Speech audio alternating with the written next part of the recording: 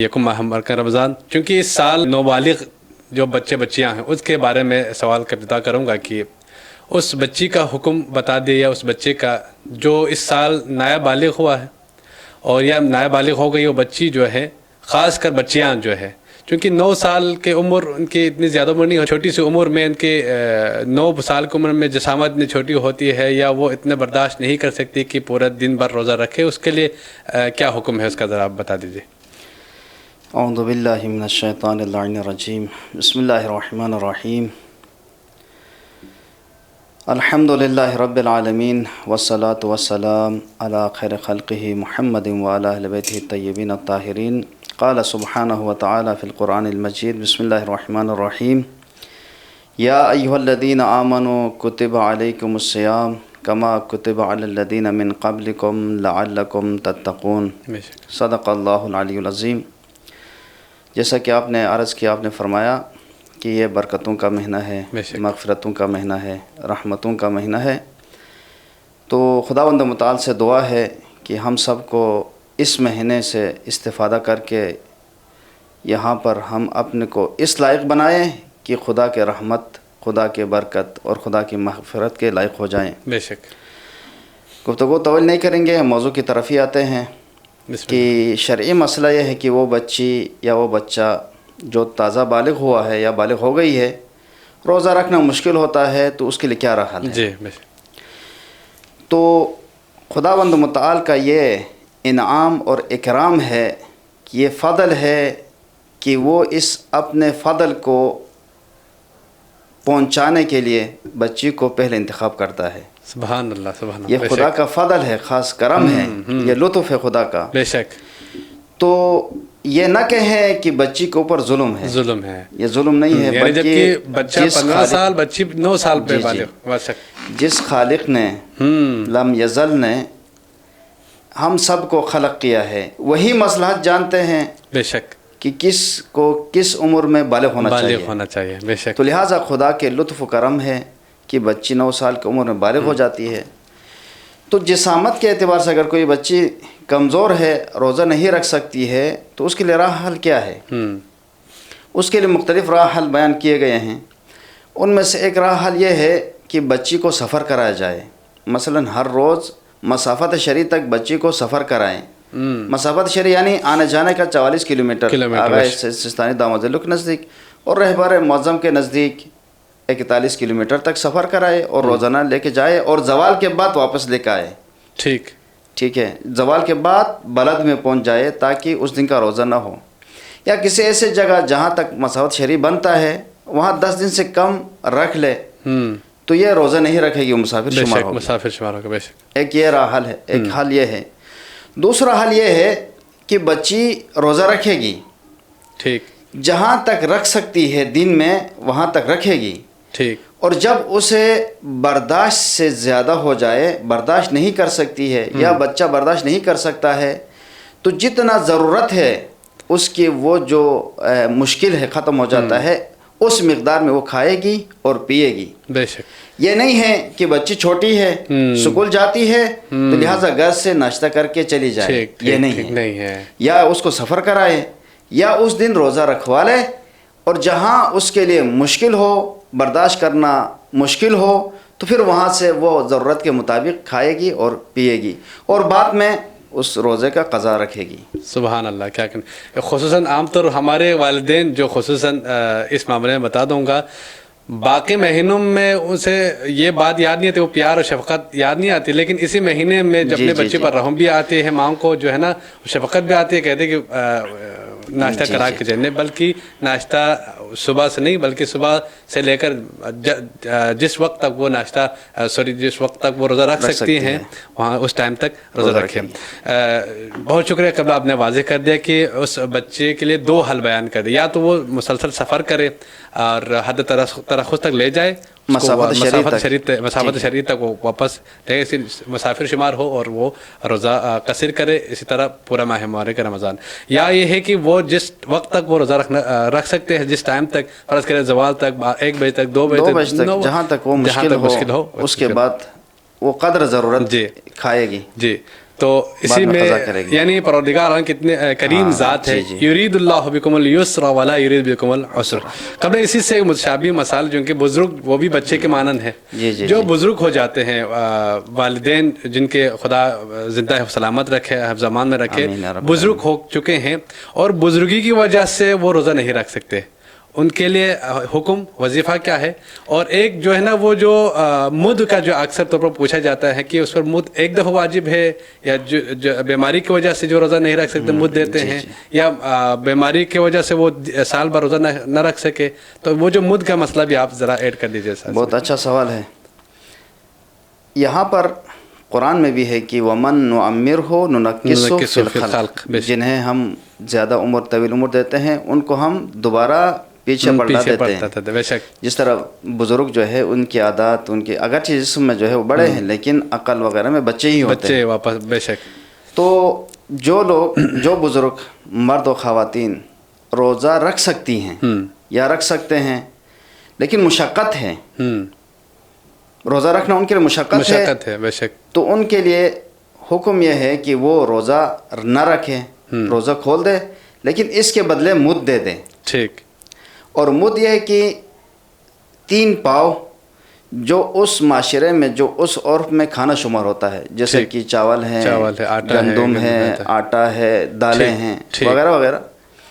اور یہاں پر اسی مد کے حوالے سے یہ بھی بتاتا چلوں کہ جس کو فدیہ کہتے ہیں قیمت دینا نہیں ہے، ٹھیک، وہیں اسی چیز کو دینا واجب ہے۔ ٹھیک۔ اگر قیمت دینا چاہتے ہیں تو اس صورت میں آپ فقیر کو قیمت دے دیں اور آپ کی وکالت میں وہ چیز خریدے گا، وہ طعام خریدے گا، پھر آپ کی طرف سے وہ طعام بطور فدیہ، بطور مد وہ استعمال کرے گا۔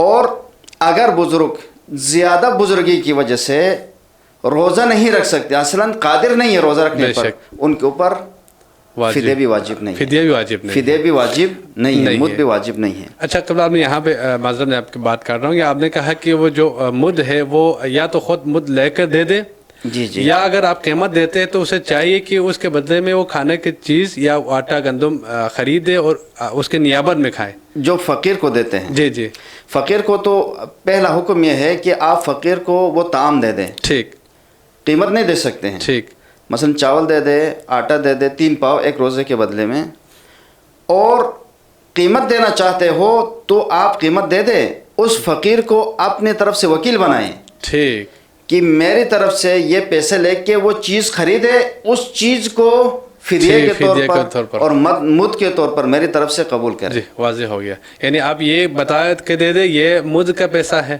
آپ اس سے جو ہے مد کا پیسہ نہیں ہوتا ہے نا، ٹھیک، یہ مد ہے، یہ پیسے دے دیں، ٹھیک، مد کے طور پر وہ چیز خریدے گا اور وہ چیز بطور مد اس کی طرف سے ہوگا، ٹھیک ہو، یا یہ کہ خود جو ہے وہ چیز خریدے جس کے ذمہ جو ہے مد واجب ہے، وہ گندم دے دے، آٹا دے دے، چاول دے دے، دال میں سے 3 پاؤ کوئی سبھی جو اس معاشرے میں کھانا شمار ہوتا ہے دے دے، اس کے اوپر واجب ہے۔ دوسرا سوال جو مریض کے حوالے سے تھا، جی جی، مریض کے حوالے سے یہ ہے کہ مرض کی وجہ سے روزے چھوٹ جائے تو یہاں پر 2 صورتیں ہیں۔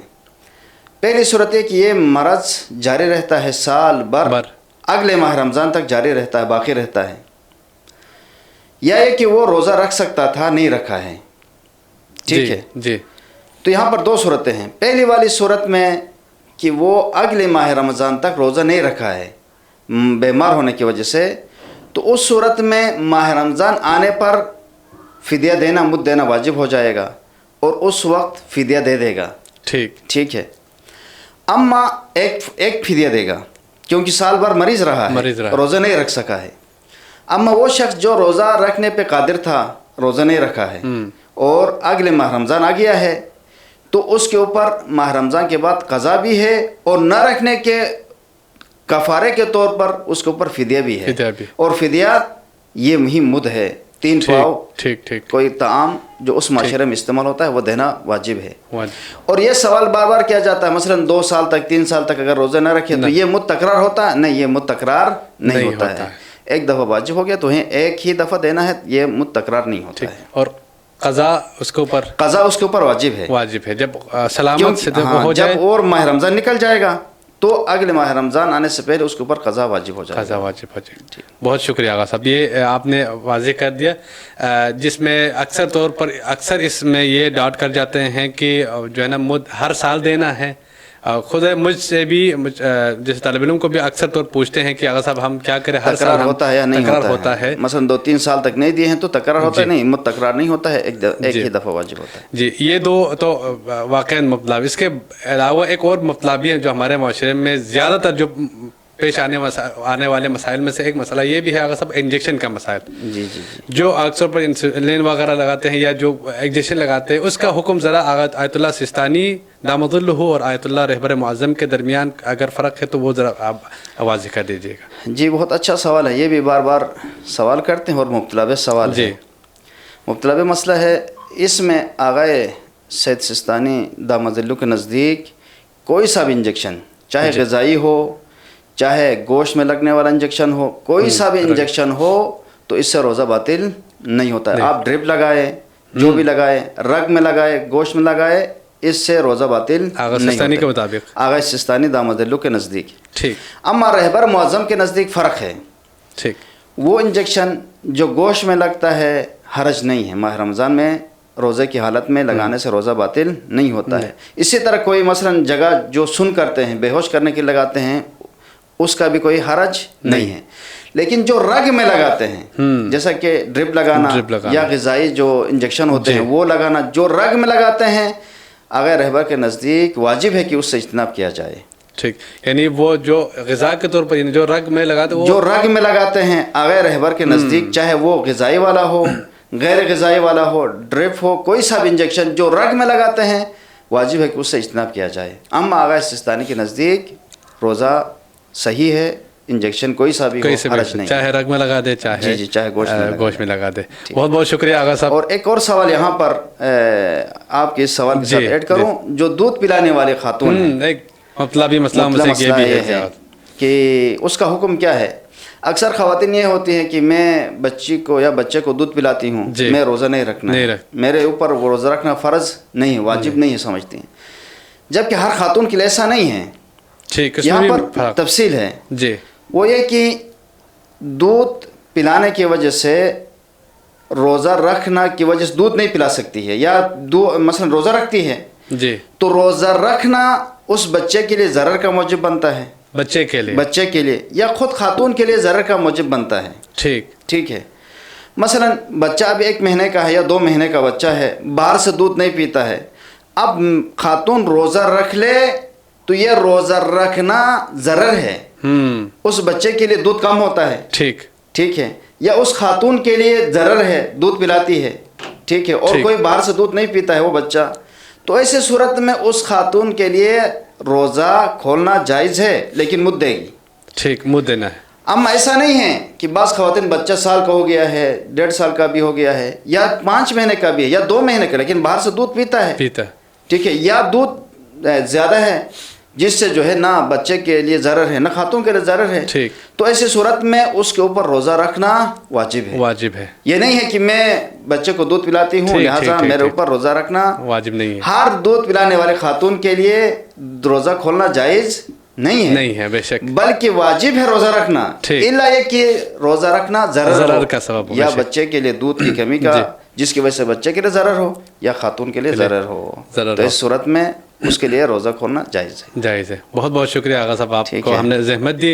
ناظرین کرام, آپ سن رہے تھے ہمارے قبلہ شیخ غلام حسین رضوانی صاحب ان مسائل کو تفصیلاً ذکر فرما رہے تھے. ان میں سے ایک اہم مسئلہ جو دودھ پلانے والی خاتون کا حکم اور ایک بزرگوں کا حکم, خصوصاً جو بچیاں جو ہے اس سال بالغ ہو چکے ہیں ان کا حکم بھی, روزے کا حکم تفصیل سے بیان فرما رہے تھے. انشاءاللہ نیکسٹ کسی پروگرام میں آغا صاحب کو ہم پھر زحمت دیں گے, جو وہ مسائل جو قبلہ آیت اللہ سید سستانی دامت اللہ اور آغا آیت اللہ رہبر اور دیگر مراجع کے درمیان اختلاف رکھتے ہیں, یعنی مطلب جن کے نزدیک یہ جائز ہے, جن کے نزدیک احتیاط لازم ہے, ان کے کیا فرق ہے, وجوہات کیا ہے, اس پر ڈسکس کرنے کے لیے ایک بار دوسرے پروگرام میں ہم قبلہ صاحب کو زحمت دے دیں گے. ایک بار پھر آپ کا بہت بہت شکریہ. دیکھتے رہیے, اب تک کے لیے اتنا کافی. السلام علیکم ورحمۃ اللہ وبرکاتہ.